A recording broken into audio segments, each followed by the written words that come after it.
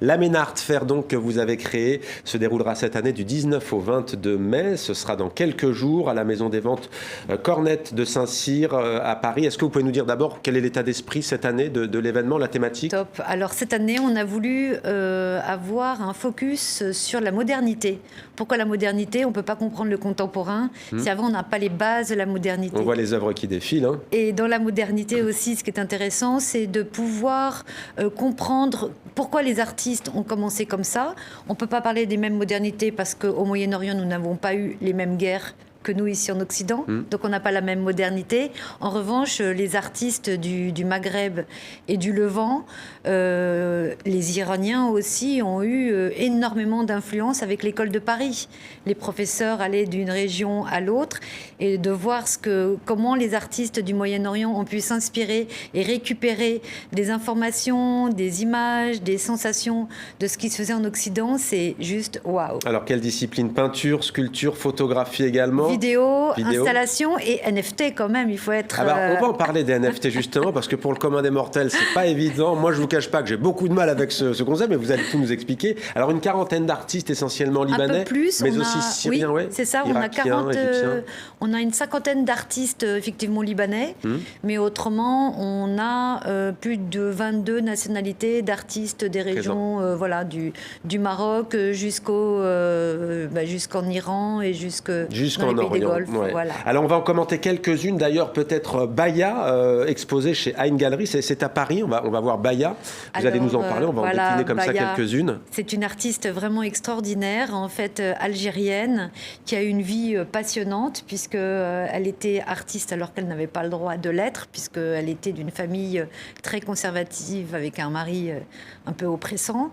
Et elle a été découverte en fait par Aimé Mag en 1900, dans les années 60. Elle a eu sa première exposition, elle avait 16 ans.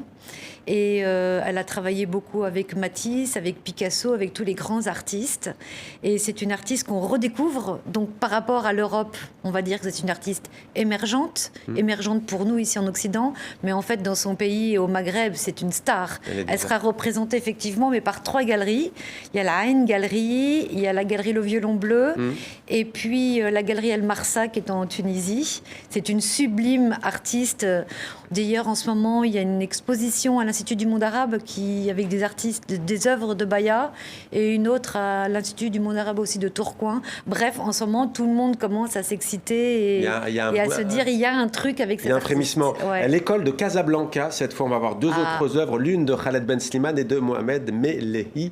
Est-ce que vous pouvez nous en parler? Alors vous là, les avez ici. Voilà. Alors, l'école de Casablanca, il n'y a jamais rien vraiment qui a été fait pour mettre en avant les artistes phares du courant École de Casablanca.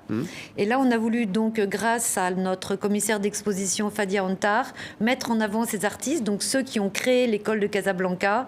Et là, donc, on a les 6 artistes de la modernité les plus importants. Mais je ne vais pas trop vous en dire là, il faut que vous veniez voir. Absolument, vous n'allez pas tout nous dire.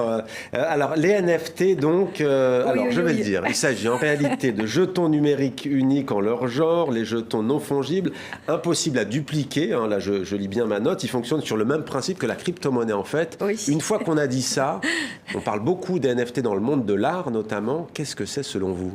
Alors, moi, je ne suis pas une super experte des NFT. C'est pour ça, d'ailleurs, que je me suis entourée d'un jeune homme, Brian, qui, lui, est un jeune qui a 24 ans et qui est incroyable. Il a un collab sur le sujet. Alors, c'est pas on les voit, ces œuvres. Hein, c'est pas... Alors, est-ce que c'est une œuvre numérique ou c'est une œuvre matérielle? C'est une œuvre numérique et, en fait, vous achetez comme un contrat de licence qui prouve que cette œuvre-là est bien à vous et que c'est une œuvre originale. D'accord. Donc, en fait, pourquoi c'est très bien? Ça permet aussi de pouvoir... en fait, c'est bien sur beaucoup de choses. Celle-ci est de la Razancoul, que l'on connaît bien à TV5 Monde. Ça, c'est ma préférée. En fait, je l'ai achetée, celle-là, mais avant de l'avoir vue, voilà, c'est du NFT.